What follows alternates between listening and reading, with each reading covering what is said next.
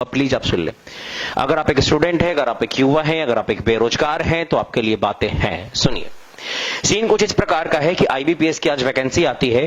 2020 का समय चल रहा है, कोरोना का काल चल रहा है। मैं कुछ कुछ बातों को मानूंगा और कुछ कुछ बातों को आपके सामने बोलूंगा भी। सीन ऐसा है कि 2020 में आज वैकेंसी आती है आईबीपीएस की, और आज वैकेंसी आती है 1167।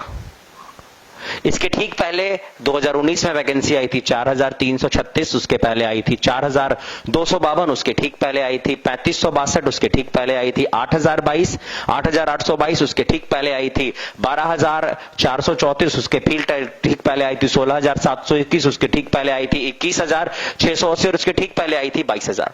2012 में वैकेंसी जब 22000 पिक पे थी, उसके बाद ये गिरते गिरते गिरते गिरते गिरते गिरते कहां पहुंच चुका है? 1667 पे, 1167 पे। आप एक बात बताइए, इस तरीके से अगर आप वैकेंसीज को कम करते जाओगे, बैंक को मर्ज करते जाओगे, तो एक आम आदमी कहां जाएगा? आप हमेशा प्राइवेटाइजेशन को जोड़ दे रहे हैं। अगर प्राइवेटाइजेशन होगा तो लोग जॉब कहां पे करेंगे? क्या आत्मनिर्भर इतना इजी है आत्मनिर्भर बनना? आपको पता है कि अगर मान लिया जाए, अगर बैंक पैसे भी दे देती है लोगों को बिजनेस करने के लिए, तो आपको क्या पता है कि लोग किससे बिजनेस कर पाएंगे या नहीं कर पाएंगे? क्या सारे लोग बिजनेस के लिए बने होते हैं? क्या हर एक लोग से बिजनेस पॉसिबल है? बिल्कुल पॉसिबल नहीं है। इसमें गरीब का बेटा और गरीब होता जाएगा और एक अमीर का बेटा और अमीर होता जाएगा। एक सरकारी नौकरी ही, एक पढ़ाई एक ऐसा चीज था। शिक्षा व्यवस्था ही हमारी शिक्षा व्यवस्था एकदम बिल्कुल भी सही नहीं है। और शिक्षा ही एक ऐसा चीज था जिसके बदौलत एक गरीब आदमी भी आगे बढ़ के अपने बेटे के दम पे वो अपना दिन चेंज करना सोच सकता था। लेकिन वो भी पॉसिबल नहीं है, क्योंकि वैकेंसी इतनी घट गई है। कहां से होगा? 1167 वैकेंसी है। बच्चा क्यों तैयारी करेगा ये बताओ मुझे। और इतनी वैकेंसी पे क्या होने वाला आप मुझे ये बताओ। मैं तो 3 एग्जांपल आपको दूंगा। आप प्लीज बिल्कुल अपना पलक भी मत झपकाना, वीडियो पे लगातार टिके रहना। अगर आपको गलत बात लगे आप नीचे लिख के जाना। अब मेरी बातों को सुनना। 22000 से वैकेंसी शुरू हुई थी और 1667 वैकेंसी तक हम लोग पहुंच चुके हैं। इतना कम डेटा हो गया है। और साथ ही साथ जो हमारे फॉर्म भरने वाले लोगों की संख्या है वो 10 लाख से भी ज्यादा है। आप अगर 10 लाख रुपए की गाड़ी खरीदने जाइएगा ना, तो आपको वो जो शोरूम वाले होंगे वो 1000 रुपए का केक वेक और ताम झाम में बिल्कुल यूं ही पैसा बर्बाद कर देंगे। जब आप 10 लाख का चीज खरीदने जाते हो तो उसमें 1 लाख का कोई वैल्यू नहीं होता है। सॉरी, 1000 का कोई वैल्यू नहीं होता है। और आप 10 लाख के कैंडिडेट में 1000 सीट देके कौन से वैल्यू निकाल रहे? इससे बढ़िया नहीं देते तुम। क्यों दे रहे हो वैकेंसी? अब तुम ये कहोगे कि इस बार कोरोना। अरे भैया, ये 2019 में भी कोरोना था क्या? 2017 में भी कोरोना था। लगातार बैंक को मर्ज कर देंगे। अरे आपका पास एनपीओ हो रहा है तो क्यों एनपीओ हो रहा है उसको सुधारोगे या वैकेंसी कम कर दोगे? बैंक को मर्ज कर दोगे। हर एक चीज को आप प्राइवेट नहीं कर सकते हैं ना। अगर हर एक चीज को प्राइवेट कर देंगे तो सरकार नाम का चीज ही हट जाएगा। एक दिन तो हमें ऐसा देखने को मिलेगा, भारत सरकार प्राइवेट लिमिटेड, ये लिखवा दो। आप ऐसे करेंगे तो कहां जाएगा? शिक्षा व्यवस्था तो ऐसे ही डाउन हो गई थी और ये वैकेंसीज को देख के और ज्यादा डाउन हो जाएगी। बच्चे क्यों पढ़ेंगे? अब आप कहते हो प्राइवेटाइजेशन होना चाहिए। प्राइवेटाइजेशन कब होगा? आपको अच्छी शिक्षा मिली है क्या? एक गरीब का बच्चा क्या एक अच्छी शिक्षा पा पाता है? कोई गरीब का बच्चा अच्छी शिक्षा कैसे पा पाएगा? भाई वो सरकारी स्कूल में जाता है। और आप लोग सरकारी स्कूल के मास्टर को भी कहां छोड़ते? उससे जनगणना करवाते हैं, कोरोना में करवाते हैं, इलेक्शन में काम करवाते हैं। वो इलेक्शन में काम करने आया, पढ़ाने आया है?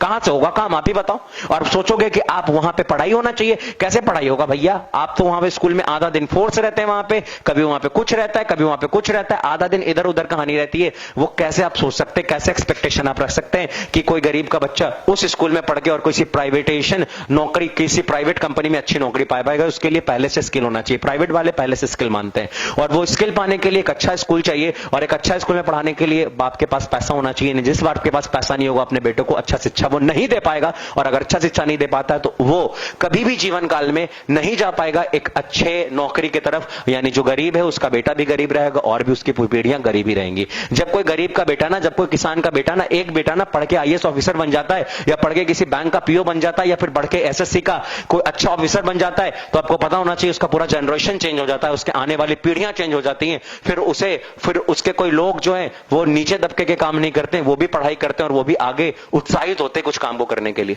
आप खुद सोचिए, अगर वैकेंसी नहीं रहेगी तो बच्चा क्यों पढ़ाई करेगा? और एक बात और, अगर आपको प्राइवेट करना है कोई बात नहीं, प्राइवेट करना बहुत अच्छी बात है, लेकिन आपकी शिक्षा नीति पहले से प्राइवेट लाइक नहीं है। हमारी शिक्षा व्यवस्था प्राइवेट लाइक नहीं है। बच्चों को उस तरीके से ट्रेंड करिए। आप भाई प्राइवेट पहले कर रहे हो और बाद में शिक्षा व्यवस्था ला रहे हो, फायदा क्या? पहले शिक्षा व्यवस्था लाइए, उसके बाद आप प्राइवेट करिएगा। आगे आइए। आगे देखिए, आपको पता होना चाहिए जनरल और ओबीसी वाले को 850 रुपए लगेंगे और 175 रुपया देना पड़ेगा एससी एसटी वालों को। आपको पता है कि कम से कम 10 लाख लोग इस फॉर्म को भरेंगे और 10 लाख से ज्यादा, मैं एक आमूमन बता रहा हूं, पिछले साल 20 लाख लोगों ने फॉर्म भरा था, इस लाख मान लेते हैं कि 10 लाख लोग फॉर्म भरते हैं, तो अगर 10 लाख लोग फॉर्म भरते हैं तो आपको पता होना चाहिए कि सरकार के पास 85 करोड़ रुपया जाएगा। और इस 85 करोड़ में से मान लेते हैं कि 10 करोड़ एग्जाम लेने और ट्रेनिंग कराने में खर्च कर देगा, तो उसके बाकी का 75 करोड़ का हिसाब कहां पे गया? आप मुझे जल्दी से बताइए, 75 करोड़ जाएंगे कहां पे? ये 75 करोड़ क्या होगा? आप कहोगे सर्विस होगा, उसको सैलरी मिलेगा, तो जो सर्विस करेगा वो क्या सर्विस नहीं करेगा? वो सरकार को सर्विस नहीं देगा। अगर आप एक स्टूडेंट हैं तो इस वीडियो को ज्यादा से ज्यादा शेयर करिए, सारे बच्चों तक पहुंचाइए, ताकि आपको पता चलना चाहिए, ताकि सबको पता चलना चाहिए कि कुछ होने वाला है, कुछ करने वाले हम लोग हैं। और जब तक हम लोग कुछ काम नहीं करेंगे, हम यूं ही हाथ पैर मोड़ के बैठ जाएंगे। मैं ये नहीं कहता हूं, मैं ये बिल्कुल भी नहीं कहता हूं, मैं किसी की भी बिल्कुल भी निंदा नहीं करता हूं, मैं किसी सरकार की निंदा नहीं करता हूं, मैं हर एक सरकार की बहुत रिस्पेक्ट करता हूं। बहुत अच्छा है हम लोग राम मंदिर बना रहे हैं, बहुत अच्छा है हम लोग 370 हटा रहे हैं, बहुत अच्छा है हम लोग पुलवामा अटैक का हमला ले रहे हैं, लेकिन बहुत अच्छा तब होगा जब हमारे देश के युवा कुछ करेंगे, बेरोजगार नहीं घूमेंगे। मेरे भाई, बेरोजगारी बहुत बढ़ रही है, और अगर आपको लग रहा है कि आप बेरोजगार हैं तो इस वीडियो को शेयर करिए। और इस वीडियो को ऊपर नीचे कुछ लिखने वाले लोगों को मैं पहले ये बता दूं कि बेटा, आप लिखने के लिए तो कुछ भी लिख सकते हो, बाबू आप लिखने के लिए तो कुछ भी लिख सकते हो, बच्चा मेरे आप लिखने के लिए तो कुछ भी लिख सकते हो, लेकिन एक बड़ी बात आती है, एक बहुत खूबसूरत आती है कि भाई आप पहले उस स्टूडेंट को देखिए जिसका लास्ट साल था, जो कई सालों से मेहनत कर रहा था, कि अगर वो इस बार कुछ एग्जाम देता है और एग्जाम निकल जाता तो उसके साथ कुछ होगा। एक बार की बात है, मैं क्लास से जब निकला है, मैं maths teacher, my name is Nishant Kumar Shah. मैं एक बार क्लास से निकला, एक बच्चा मेरे कंधे पे आकर रोने लगा, बहुत तेज तेज से रोने लगा। मैंने उसे बहुत देर चुप कराया।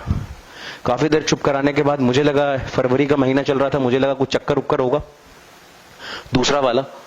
लेकिन वो बच्चा बहुत देर के बाद चुप होता और वो कहता है कि सर, पापा ने मेरे को इस बार पटना भेजा था, पापा मेरे किसान है, कि एनटीपीसी आने वाला है, एनटीपीसी में मैं जॉब कर लूंगा पढ़ाई करके, लेकिन सर एनटीपीसी का तो एग्जाम ही नहीं हो रहा है।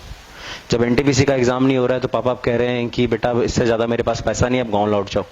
वो कहता है क्या कि सर मेरे को पढ़ना था सर, मेरे को यहीं रहना था सर, अगर मैं घर जाऊंगा तो पढ़ाई नहीं हो पाएगी सर, खेत में काम करना पड़ जाएगा सर, कैसे भी एग्जाम हो जाए सर, कैसे भी एग्जाम करा दो, मेरे हाथ में कि मैं एग्जाम करा दूं। मैं रात भर उस दिन नहीं सोया।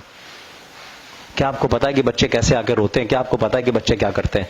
अगर रियलिटी में अगर आप एक स्टूडेंट हैं तो भैया प्लीज वीडियो को शेयर करिएगा और उन लोगों तक पहुंचने दीजिएगा वीडियो जो ऊपर प्रोफाइल में बैठे हुए हैं, ताकि उनको भी पता चले कि क्या सीन क्रिएट हुआ है। आज के लिए इतना ही। Thank you very much.